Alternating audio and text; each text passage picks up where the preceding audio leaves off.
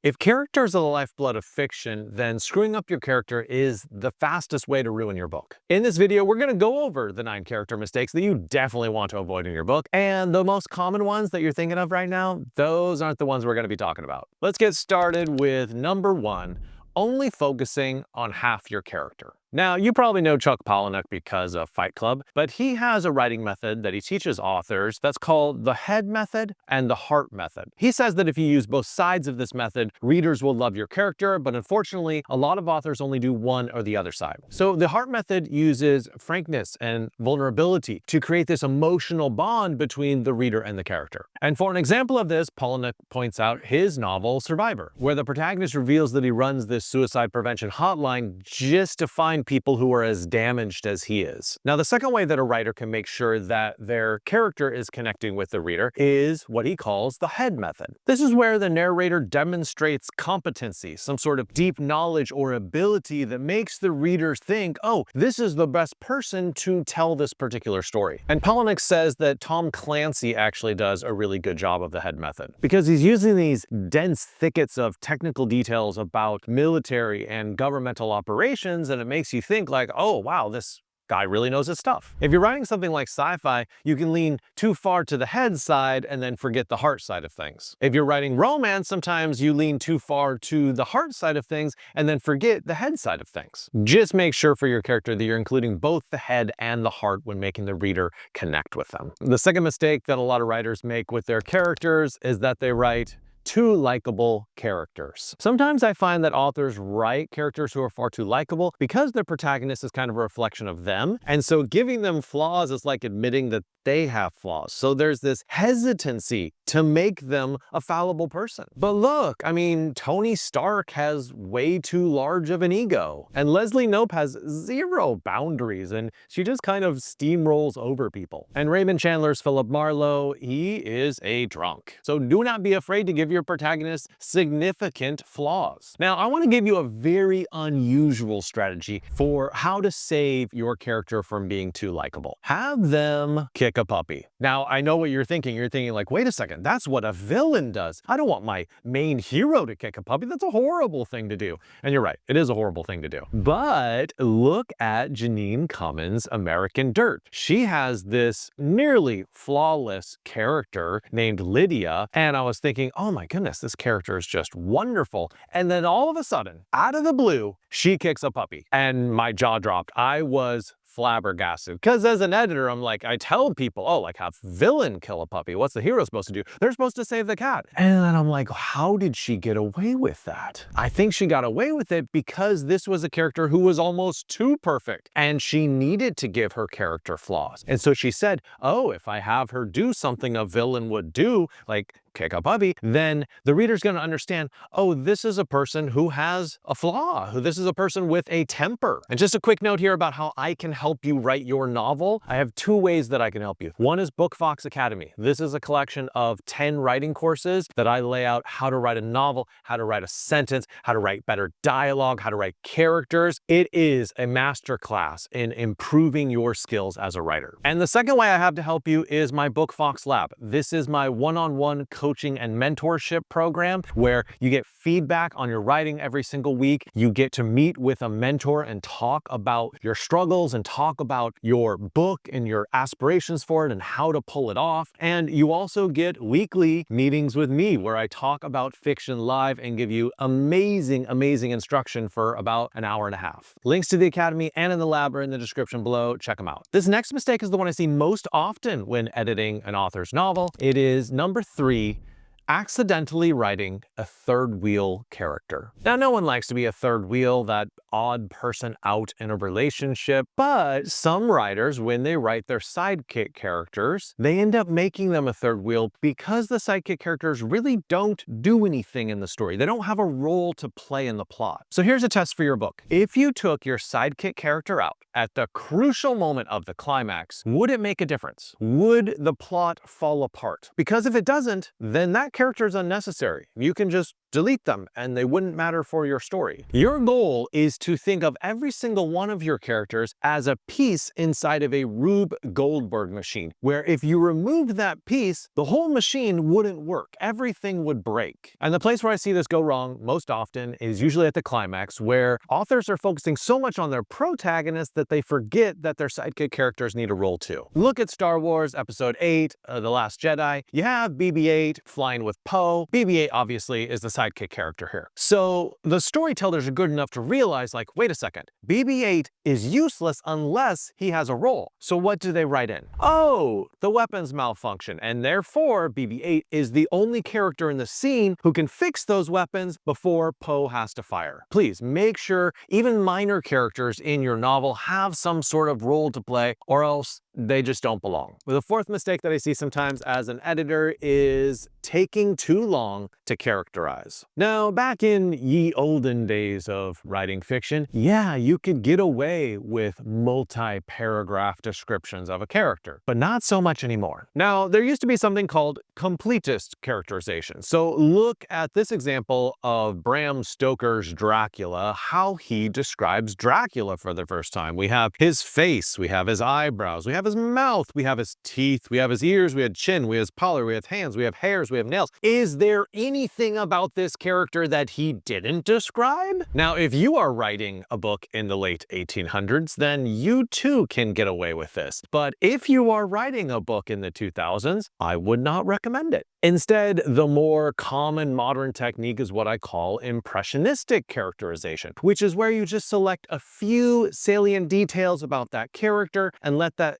be a stand-in or a symbol for the character as a whole. Check out this example from Anne Patchett, her novel Tom Lake. Veronica's eyebrows were thick and black, and she tweezed them into delicate submission. She could get more information across with an eyebrow than other people could with a microphone. So that just focuses on a single detail. Her eyebrows. What are her eyebrows like? And the second thing that we can learn from this is you don't only want to focus on the physical. The second sentence focuses on Veronica's abilities, what she can do with those eyebrows, the power of her eyebrows. Only 2 sentences, but still we have an impression of this character now. Enough that we can continue reading without feeling like, oh, we don't know who this person is. Go ahead, try to do it with any one of your characters. Use 2 sentences and only 2 sentences to give us an immediate sense of who this person is. I know I already mentioned Janine Cummins in American Dirt, but I'm gonna pick another example from her and show you how she does this in actually just 1 sentence. She describes a father-in-law as only eating lima beans. He had a 3-inch scar on his leg from a boating accident, and that he sings really loudly at concerts. Okay, we get 3 quick details about a habit, a physical description, and then also an action that he takes. And yeah, it gives us a sense for who he is. This next mistake you want to avoid at all costs. It is number 5,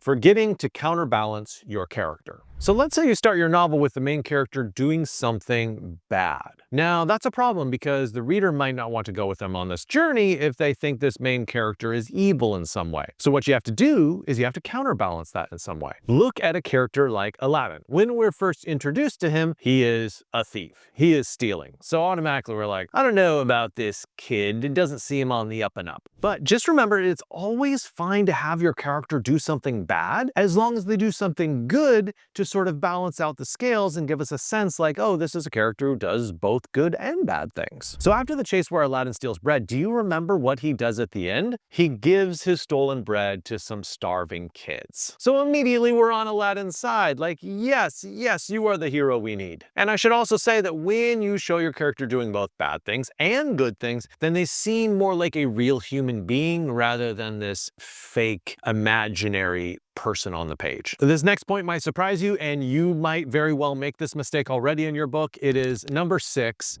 Using ghost characters. Sometimes you need an unnamed character because they need to do an action that none of your main characters can do. I get that. That makes sense. But as a broad principle, I want to say that if you can give that action to one of your main characters, it's always a good idea. Let's say you have your two main characters go to a food truck, and the food truck worker, for whatever reason, makes fun of one of your main characters. Let me just tell you that you have squandered an opportunity, because guess what? That food truck worker is never going to appear in your novel again. He was just a one-off character for this scene. What that means is he has no relationship with the main character. What that means is the reader has no relationship to them, and this isn't going to build. It's not going to go anywhere. He is a ghost character. So get rid of ghost characters. Instead, what you want to do is you want to focus on one of your main characters insulting the other main character. You don't want to give precious dialogue and page time to some sort of ghost character that's never going to appear again. No, you want to give it to your main characters to continue to build them up and shape them into people that the reader really connects with. So your goal in your novel is to cut out as many ghost characters as possible. Don't have unnamed characters or even named characters who appear for a single scene and never appear again. But just remember, this is general advice. This applies like 90% of the time. So if you do have a ghost character, like, don't beat yourself up over it. The seventh awful, terrible, no good, very bad mistake to make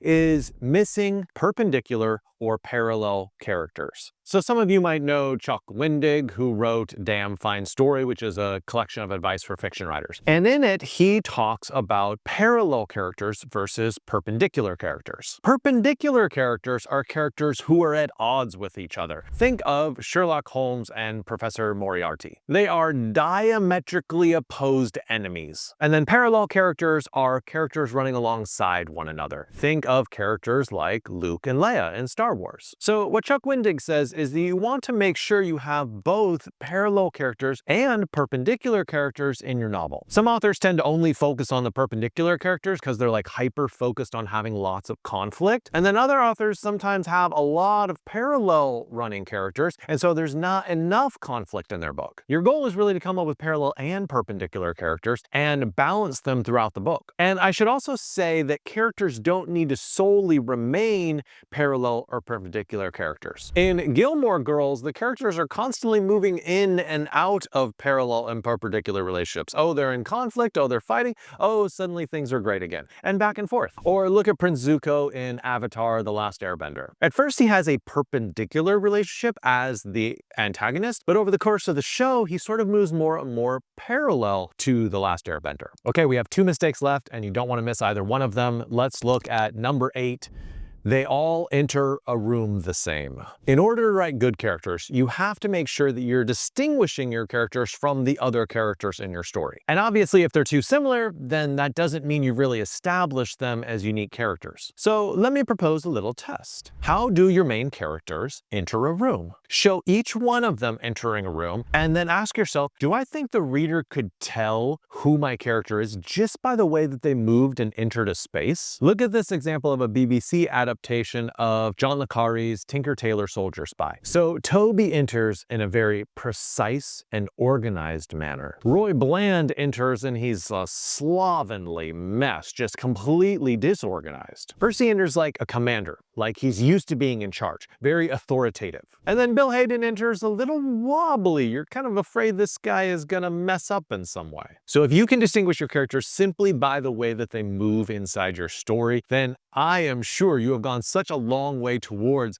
making them individual people that the reader is going to know and be able to distinguish from each other. And lastly, let's look at point 9. Forgetting to have your character in conflict with themselves. A lot of authors make the mistake of not having their character's inner self and their outer self in conflict. So, quick example of this, let's look at House.